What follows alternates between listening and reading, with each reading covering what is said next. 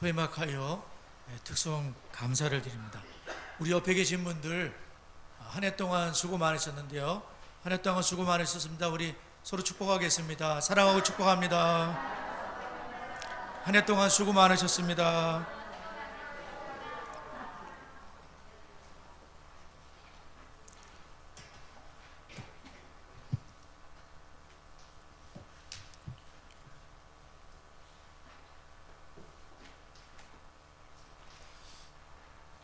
오늘 마지막 주일이면서 또 구주 탄생, 예수님 탄생을 축하하며 감사하는 그런 날인데요. 예수님께서 구주, 구세주, 우리를 구원하시는 분으로 이 땅에 오셨다는 것은 우리가 구원받아야 될 사람이다. 우리가 하나님 앞에 죄인이기 때문에 구세주가 반드시 필요한 거죠. 예수님께서 이 땅에 오셔서 33년을 사시고 또 이렇게 십자가에 못 박혀 죽으신 것은 자기 죄가 아니라 우리 죄를 대신하여, 우리 죄인의 죄를 대신하여 십자가에 죽으심으로 그분이 죽고 나는 살게 되는 예수의 피가 우리의 모든 죄를 씻어주는 그러한 복을 우리를 위해 이 땅에 오셨다. 우리가 찬송을 불렀는데 예수님은 바로 우리 예수 잘 믿는 사람만을 위한 것이 아니라 여기 계신 모든 분들을 위해서 예수님이 이 땅에 탄생하신 날이 성탄절인 줄을 믿으시기 바랍니다. 성탄절은 나를 구원하러 오신 것이에요. 그러니까 여러분 모두 다 해당이 되셔요. 나를 구원하시기 위해서 하나님의 하나밖에 없는 아들 독생자 예수 그리스도께서 나를 대신해서 죽기 위해 사시는 오신 거잖아요. 그리고 대단한 궁궐에 태어나신 것이 아니라 예수님은 마국간에 좀 많이 가난한 집, 요셉과 마리아가 가난한 집이거든요. 궁궐에 태어나신 것도 아니고 그렇게 가난한 집에 오셔서 예수님이 뭐 떵떵거리며 사신 것도 아니고 33년 어떻게 사셨는지 성경에 다 기록되어 있거든요. 나중에 성경을 보시면 됩니다. 예수님이 어떻게 사셨는지, 또 우리는 어떻게 앞으로 살아갈 것인지 예수 그리스도를 따라서, 예수 그리스도를 본받아 우리가 사랑의 열매를 맺으면서, 성령의 열매를 맺으면서 살아가다가 예수님 계신 천국에 우리가 입성하는 것, 그것이 신앙의 목적이며 축복입니다. 우리 모두가 한 사람도 잃어버리지 아니하고 다 주님 부르시는 그날에 천국에 입성하는 축복을 누리시기를 바랍니다. 오늘은 우리가 계속해서 성령 하나님에 대해서 배우기 때문에 성령님이 예수님의 탄생에 있어서는 어떤 일을 하셨을까? 그것을 우리가 함께 살펴보고자 합니다. 오늘 시간이 많지 않기 때문에 간략하게 제가 말씀드리려고 하고 있어요. 성령 하나님께서는 예수님이 탄생하실 때에 어떤 일을 하셨냐면은, 성령 하나님은 초자연적인 역사로, 초자연적인 역사, 자연적인 거, 초자연적인 거 여러분 아시죠? 초자연적인 역사로 마리아가 예수님을 잉태할 수 있게 하셨다는 거예요. 마리아가 예수님을 잉태할 수 있게 하셨다. 우리가 사도신경을 고백할 때 전능하사 성령으로 동정녀 마리아에게 나시고 성령으로 잉태하사, 그 사도신경 고백을 하게 되는데 그냥 고백하는 게 아니에요. 엄청난 고백이죠. 성령님이라는 분이, 우리가 그동안 배우기를 우리가 하나님의 성전이라는 걸 배웠어요. 옛날 건물이 성전이 아니라 이제는 그 성전이 무너지고 없어요. 있다 그래도 그 성전은 아니에요. 이제부터는 우리 자신이 예수님을 영접하고 예수님을 모셔드린 그 사람들이 예수의 영이신 성령님이 계시는 성령의 전, 걸어다니는 성전이 됐어요. 할렐루야. 예수님이 가시면서 보내주신 분이 성령님이신 거예요. 똑같은 분이라고 그랬어요. 근데 달라. 역할이 다르시죠. 삼위일체, 성부, 성자, 성령. 그런데 한 분 하나님이시에요. 구약의 하나님 아버지께서는, 삼위일체 하나님께서 특별히 아버지께서는 아들 예수 그리스도를 성령 앞에 보내신 것이고, 예수님이 이 땅에 오셔서 왜 오신 거예요? 여러분 아시죠? 우리를 구원하기 위해서 오신 거예요. 우리를 양으로 생명을 얻게 하고 더 풍성히 얻게 하기 위해서 오신 거예요. 예수 믿는 것은 고달프는 것이 아니에요. 예수 믿는 것은 고달픈 일이 있지만 생명이 있고 은혜가 있고 넉넉히 이길 수 있는 길을 예수님은 보여주기 위해서 성령을 보내신 거예요. 이제는 예수님이 가시면서 성령님을 보내신 건 뭐냐면 우리가 성령을 따르게 될 때, 내 안에 계신 성령님께 순종하게 될 때 그 성령의 열매가 맺혀지게 돼요. 그분은 제일 첫 번째 열매가 뭐라 그랬죠? 사랑의 열매. 사랑은 율법의 완성이니라. 율법의 완성이에요. 그분은 이웃을 사랑하고 하나님을 사랑하고 네 이웃을 네 몸처럼 살아. M12 마가복음 12장에 신명기 6장에 말씀이 나와 있어요. M12. 성경에 두 가지 큰 계명이 있는데 그것은 뭐냐면 하나님을 전심으로 사랑하라고 신명기에서 말씀했죠. M12에서도 그렇게 말씀하세요. 신약에서도 예수님께서. 그리고 네 이웃을 네 몸처럼 사랑해라. 가장 가까우신 이웃은 어떠면 가족이에요. 가족을 우리가 사랑하지 못하는데 다른 사람 사랑하기 어렵습니다. 가족이에요. 가정에서부터 사랑을 할 수 있어요. 전향수 목사도 마찬가지입니다. 내 이웃을 네 몸처럼 사랑해라. 가족이에요. 가족.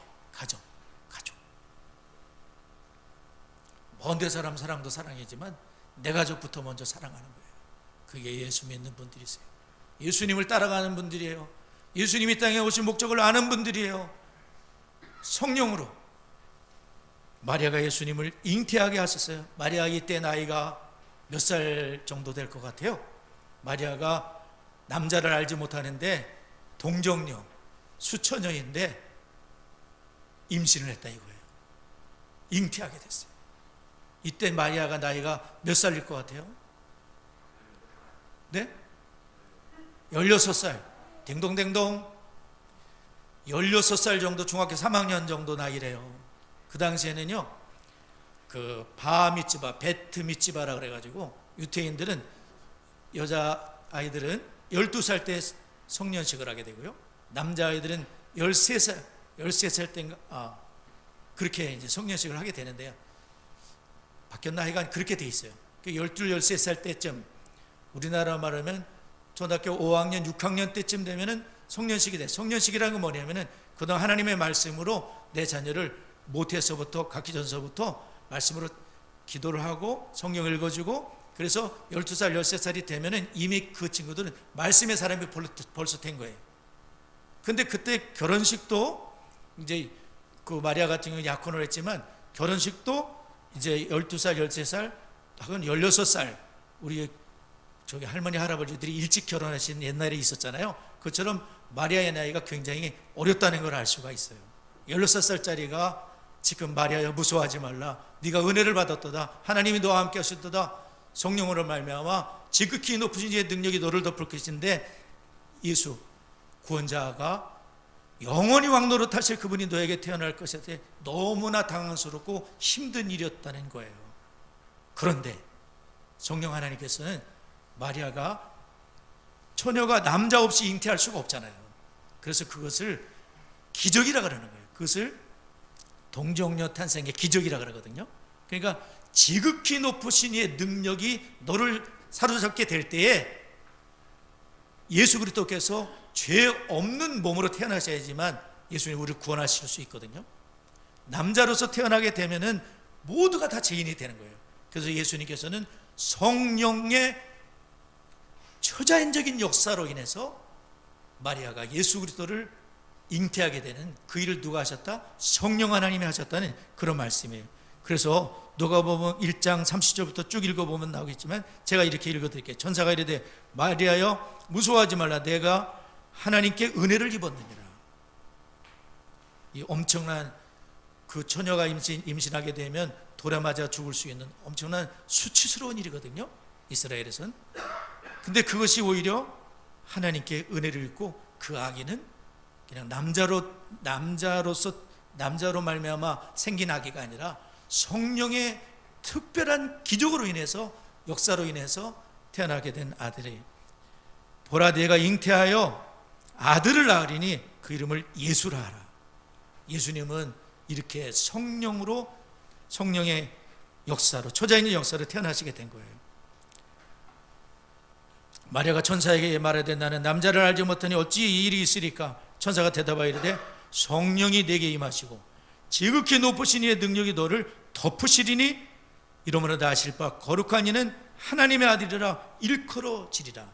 이 덮으시는 하나님의 임재, 강력한 임재하심을 말하는 거예요.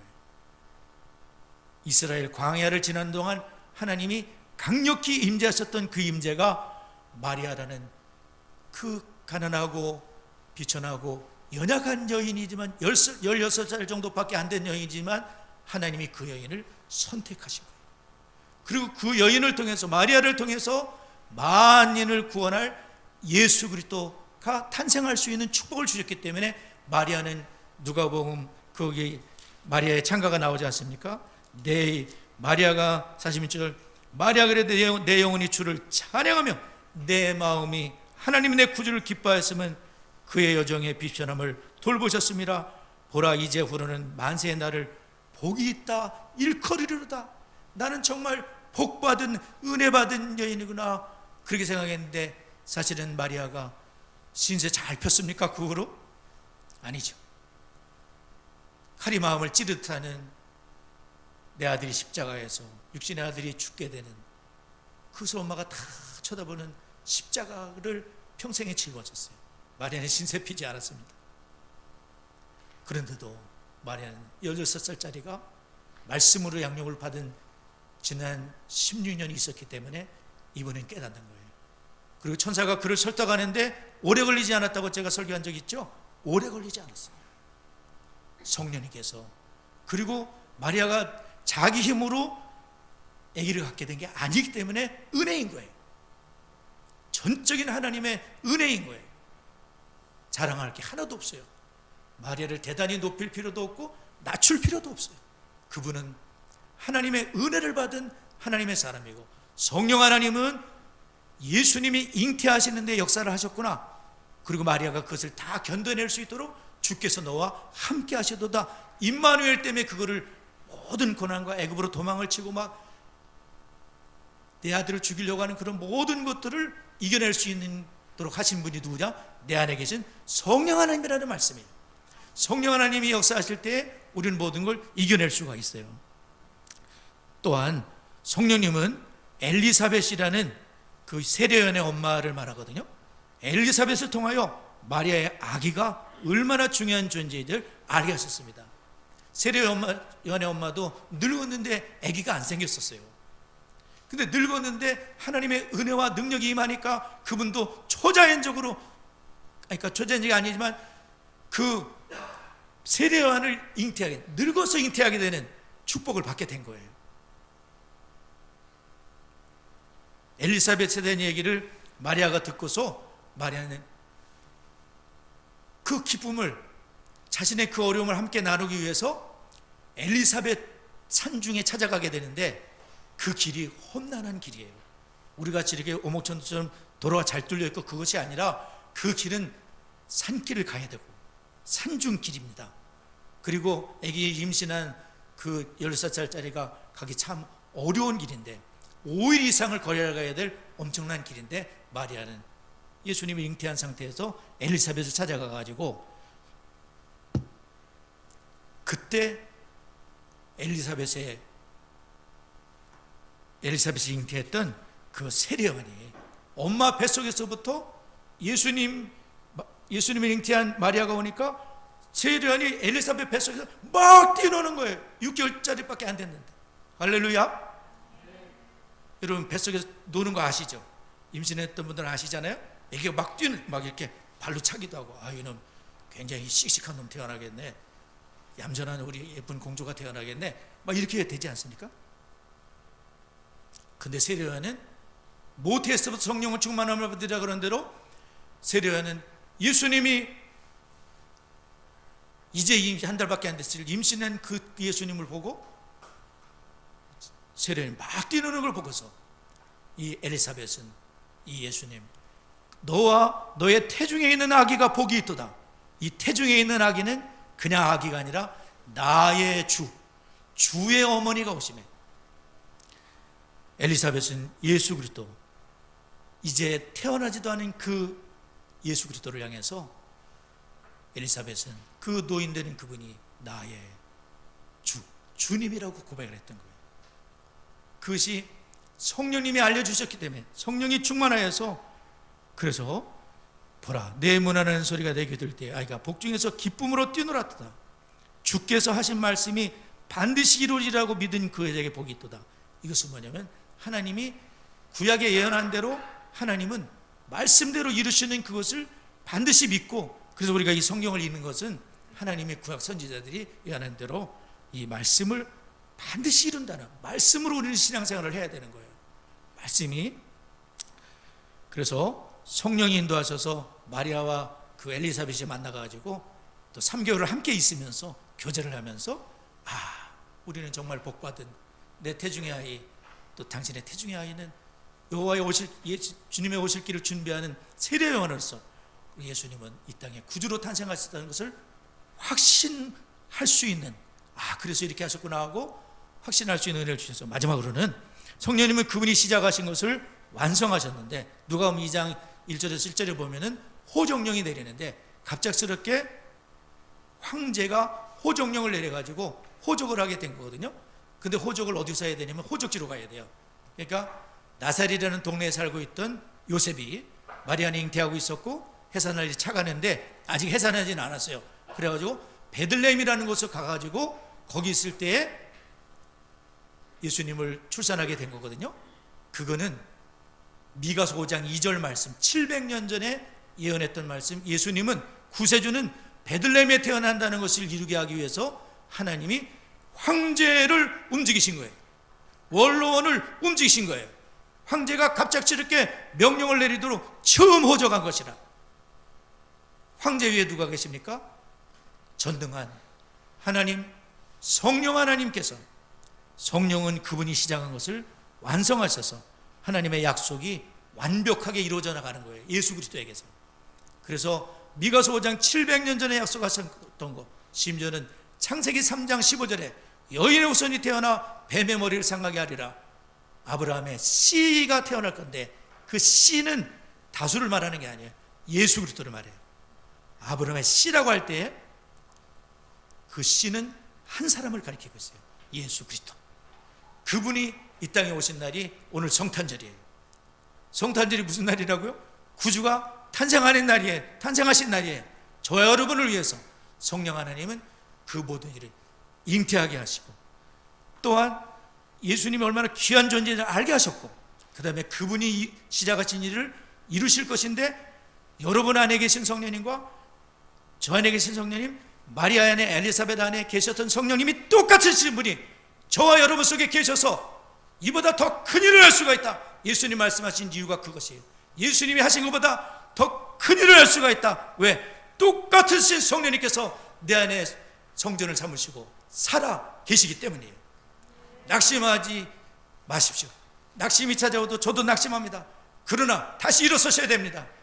할 수 있다고 일어서는 것이 아니라 성령 하나님 나를 일으켜 세워주시옵소서. 성령 하나님 나를 통해 열매를 거두, 성령 하나님 이 장벽을 뛰어넘게 해주시옵소서. 성령 하나님 열매 맺게 해주시옵소서.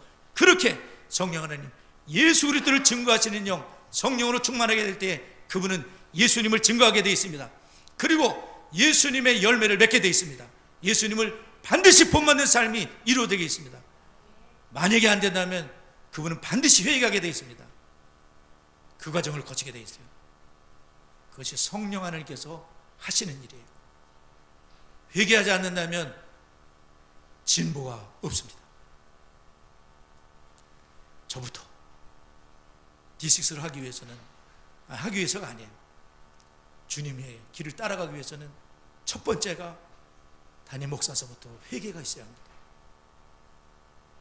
그동안 목회자 노릇 잘 못했던 거, 여러분 잘 섬기지 못했던 거, 아빠 노릇 잘 못했던 거, 남편 노릇 잘 못했던 거, 자식으로서 부모를 잘 공경하지 못했던 거, 이웃과의 관계 속에서 진정한 사랑으로 살지 못했던 거, 저부터, 전향수부터 회개해야 합니다. 회개하지 않는다면 진보도 없고 부흥도 없고 발전도 없을 것이고 교회는 퇴보하게 될 것입니다. 그러나 만약에 성령님께서 우리에게 나지막한 말씀을 통해 음성을 들려주실 때에 그 음성이 나를 치고 나를 무너뜨려서 하나님께 회개한다면 주님이 내 안에 그분은 살아계십니다. 성탄에만 오신 게 아니에요. 그분 속에 주님이 살아계십니다. 그분을 통해 주님은 은혜의 물이 흘러가게 하실 것입니다. 그분의 심령은 불타오를 것입니다. 그래서 하나님께서 그분과 그 가정을 세우실 것이고 자손 만대의 신앙이 에드워드 가문처럼 대물될 것이고 그리고 그 가정을 예수 재림하실 때까지 하나님이 쓰십니다. 저는 그런 비전을 가지고 엊그저께 새벽에 기도를 드렸어요. 1000대까지도 부족해. 예수님의 재림하실 때까지 우리 가정이, 우리 교회의 가정들이 그렇게 세워졌으면 좋을 것 같아가지고 그런 기도를 드렸어요. 예수의 재림하실 때까지 신앙이 전수되고 하나님 앞에 붙들림마다 자기 자식을 또 제자 삼을 수 있는 그러한 제자를 만들 수 있다면 신앙은 전수될 것이고 하나님의 그 디시스의 진명의 명령은 M12 마가복음 12장의 명령은 이루어질 줄을 믿습니다. 오늘 성탄에 여러분 한 해를 마무리하면서 마지막 주일이지만 그러한 결심으로 기도하시기 바랍니다. 제가 잠깐 기도하고 오늘은 합심기도 하지 않고 제가 잠깐 기도하고 설교 마치도록 하겠습니다. 기도하겠습니다. 하나님 아버지 감사합니다. 2022년도 마지막 주일날 구주 탄생을 우리가 왜 예수님이 이 땅에 오셨는지 성령 하나님께서 또 어떻게 역사하셨는지를 우리가 배웠습니다. 마리아 속에, 마리아 가운데, 엘리사벳 가운데 기적을 베푸시고 초자연의 역사를 베푸셨던 성령님께서 내 안에 계시다고 말씀하십니다. 우리가 그동안 왜 몰랐을까요? 우리가 순종하지 못했기 때문에, 성령님이 계심에도 내 마음대로 살았기 때문에 주님을 잘 느끼질 못했습니다. 용서하여 주시옵시고 우리가 이 한 해의 마지막 주일을 보내면서 성령 하나님께서 내 안에 계시다, 천지를 창조하시고 구약에도 살아계셨고 예수님에게 놀라운 그 구주를 보내셨던 그 성령님께서 내 안에 계시다는 생각을, 그 마음을 갖고 그 믿음으로 성령님께 순종하는, 말씀으로 순종하는 하나님의 사람, 천대만대 예수의 재림했을 때까지 정말 우리 가정이 세워지기를 원한다. 우리 가문이 세워지기를 원한다. 내가 먼저 제자가 되고 내 자식을 제자 삼고 그 자식도 제자 삼는 그러한 자녀로 세우겠다. 그런 비전을 가지고 우리 모두가 세워질 수 있도록 우리 하나님 역사하여 주옵소서. 예수님의 이름으로 기도드리옵나이다. 아멘.